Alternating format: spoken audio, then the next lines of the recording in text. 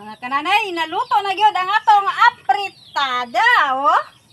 Ito na ning ibasyar diri mga kananay sa atong sudlanan.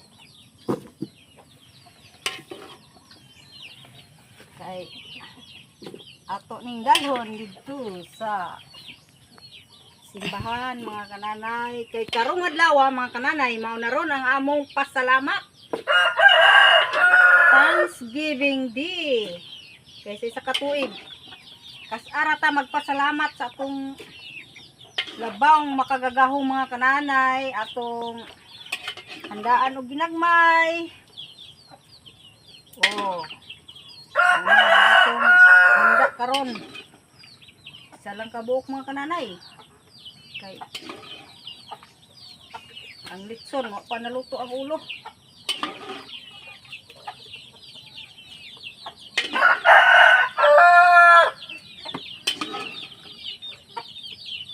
Ready na, luto na, dali ra kayo.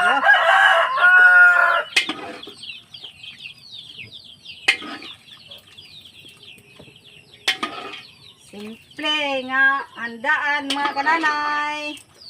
At least dako tag pasalamat sa labaw makagagahom, bisag unsa kagamay atong handa, basta ang importante dako kayo atong pasalamat niya nga gitagaan ta niya kusog. Og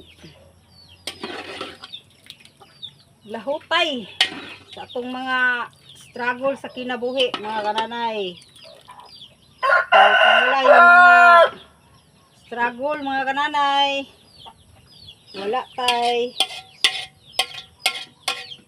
maabot nga successful. Ito na lang yung inuwad mga kananay kay gamay kay itong luwag. Kaya human. Ready na.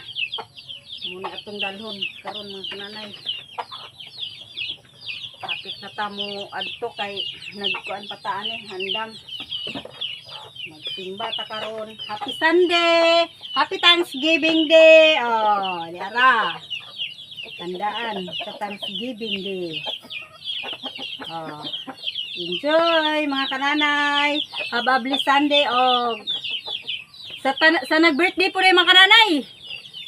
Happy birthday ni Madam Mirna Akailar mga kananay. Karong adlaw birthday niya. Og sa akong anak mga kananay, belated si Chris Calyura og si pagkaugma advance food si Mary Chris Asoy. Oh, mani ang nag-birthday mga kananay. Itong pasalamatan. More birthdays to come og daghang salamat. Bye-bye. Thank you for watching.